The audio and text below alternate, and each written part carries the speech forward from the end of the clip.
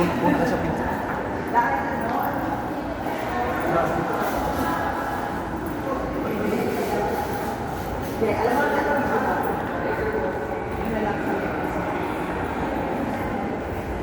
Ang vice mayor na aming ako maganda. LC ngayon, alam mo bakit? Bakit? Kakatapos lang namin magpirmahan ng Pop Ice kasama ni Yorme. Sa pamumuno niya, pumayag ang Pop Ice na mag-hire ng mga senior citizens. Inalala niyo nung time na nangangampanya. Hello, nanay. Nung time na nangangampanya tayo, ang sinabi natin, ang gusto natin magkaroon ng trabaho ang mga senior citizens dito sa Manila. And today, check na po yan. Wow. Happy ako. Naka-live ka ba? Oh, Naka-live.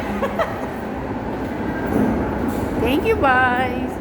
Ang aming vice mayor na pinakamaganda. Na masaya ngayon dahil maraming lola at lolo na magkakatrabaho. Thank you, bye.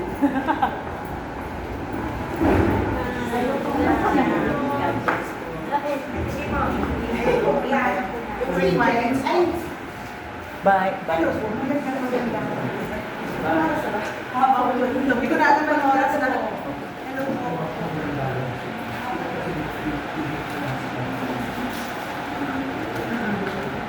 Nagamit yun yung visa ba dito?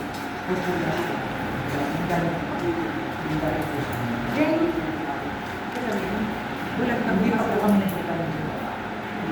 Saan? Eh, hindi pa kayo natutulungan? Hindi pa. Ako na bahala ako sa DSWD. Hindi.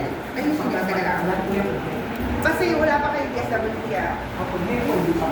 Seryo? Once pa. Kasi may ano.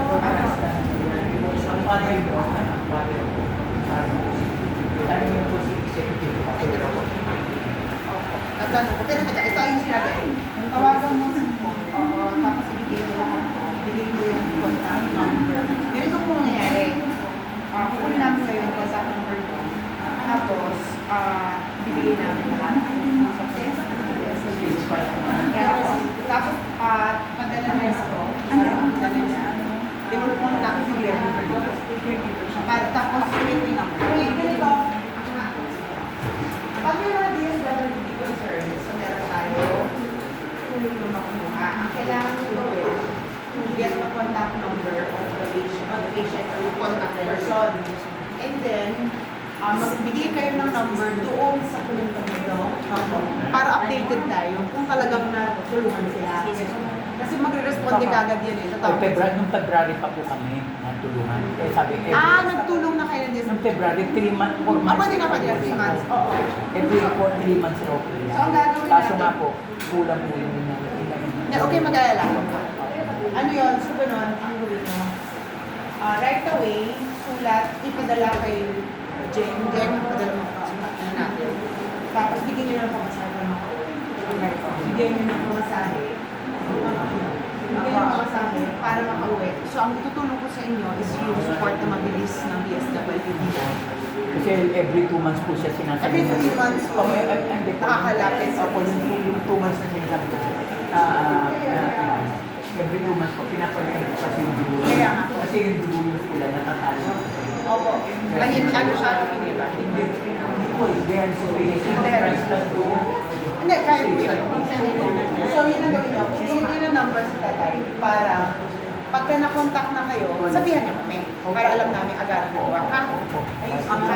Maraming